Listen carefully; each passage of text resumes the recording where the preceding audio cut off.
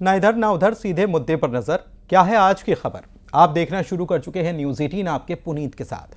तो चौंकाने वाली खबर आ रही है, अमेरिकी सरकार ने भारत में मौजूद 4 कंपनियों पर ईरानी पेट्रोलियम प्रोडक्ट्स की बिक्री और ट्रांसपोर्ट में मध्यस्थता करने की वजह से प्रतिबंध लगा दिया है, बैन लगा दिया है। इंडियन एक्सप्रेस की एक रिपोर्ट के मुताबिक अमेरिका के वित्त विभाग ने सोमवार को एक प्रेस रिलीज जारी कर इस बारे में जानकारी भी दी है। और अमेरिका का कहना क्या है? अमेरिका का यह कहना है कि ईरान के ऑयल एक्सपोर्ट अवैध शिपिंग नेटवर्क के जरिए अंजाम दिए जाते हैं और डोनाल्ड ट्रंप की मैक्सिमम प्रेशर पॉलिसी के तहत अमेरिका ऐसे नेटवर्क पर एक्शन ले रहा है जिससे कि ईरान की कमाई के जरिए को रोका जा सके।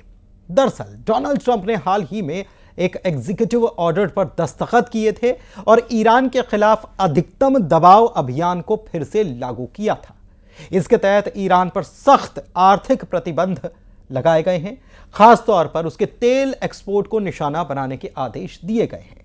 यूएस वित्त विभाग ने कहा है कि आज जिन पर बैन लगाया गया है उसमें यूएई और हांगकांग के ऑयल ब्रोकर, भारत और चीन के टैंकर ऑपरेटर और मैनेजर, ईरान की नेशनल ईरानी ऑयल कंपनी के हेड और ईरानी ऑयल टर्मिनल्स कंपनी भी शामिल हैं। इसकी वजह से ईरान की अस्थिर करने वाली गतिविधियों में वित्तीय मदद मिली है। बैन से अब संपत्ति जब्त होने का खतरा पैदा हो गया है।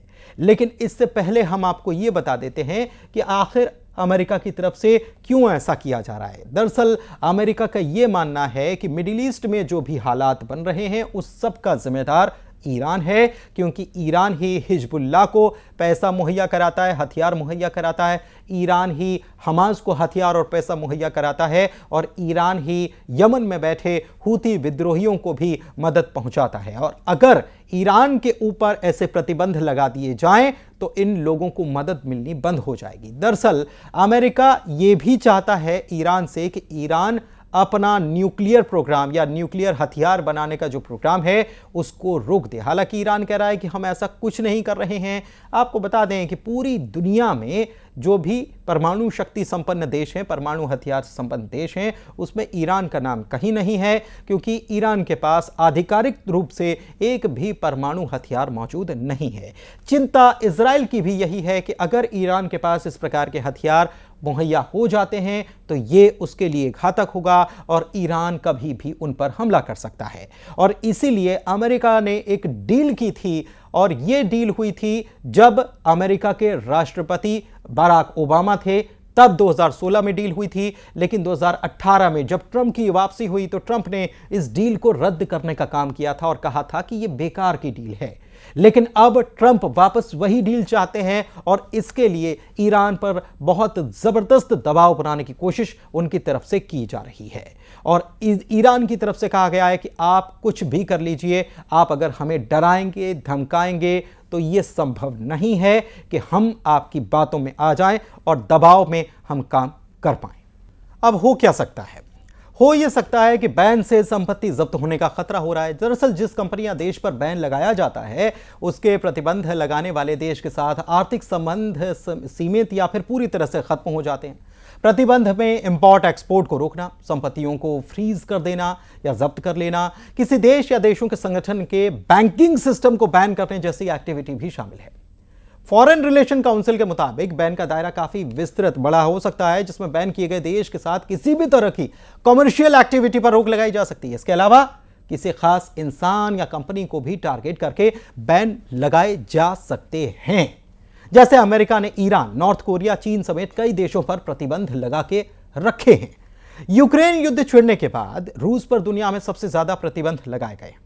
संयुक्त राष्ट्र यानी यूएन जैसा कोई अंतर्राष्ट्रीय संगठन बैन लगाता है तो उसके पास इसे लागू करने का कोई जरिया नहीं होता। यह देशों पर छोड़ दिया जाता है कि वो यूएन के प्रतिबंधों को लागू करें। लेकिन अगर कोई देश किसी दूसरे देश से इंपोर्ट पर बैन लगाता है तो उसके वो उद्योग जिन्हें इंपोर्ट की जरूरत होती है उन्हें भारी नुकसान उठाना पड़ता है। पिछले साल भी भारतीय कंपनियों पर बैन लगाया गया था। इससे पहले भी अमेरिकी प्रतिबंध का सामना करना पड़ा है, क्योंकि पिछले साल अक्टूबर में भारत की गब्बारो शिप सर्विसेज पर ईरानी ऑयल एक्सपोर्ट में शामिल होने की वजह से बैन था। इस तरह भारत की 3 शिपिंग कंपनियों पर रूस के प्रोजेक्ट में शामिल होने की वजह से एक्शन लिया गया था। हालांकि रूस के ऊपर बैन लगाने के बावजूद भी भारत लगातार रूस से तेल खरीदता रहा भारतीय मुद्रा में। दूसरी तरफ ईरान के ऊपर तो पहले भी बैन लगा हुआ था, हालांकि अब सख्ती की जा रही है अमेरिका की तरफ से, लेकिन ईरान के ऊपर पहले जो बैन लगा हुआ था उसके बावजूद चीन लगातार ईरान से ही तेल ले रहा है। तो क्या इस बैन का वाकई में कोई असर होगा? क्या ईरान ने इसके रास्ते पहले ही खोज निकाले हैं? क्योंकि इससे पहले यह देखा गया कि बैन तो लगाने का काम होता है, लेकिन इस बैन का असर कितना होता है यह महत्वपूर्ण है, क्योंकि बाकी देश जो हैं अगर उनको सस्ते दामों पर चीज़ मिलती है या पहले से जो भाव उनको मिल रहा है उसमें थोड़ी सी कमी या उनको थोड़ा सा उसमें डिस्काउंट मिलता है, तो देश उसमें सौदा करना ज़्यादा उचित समझते हैं। वैसे आपको यह खबर कैसी लगी? आप अपनी राय हमें कमेंट के जरिए दे सकते हैं। हमारे चैनल को लाइक कीजिए, सब्सक्राइब कीजिए। धन्यवाद।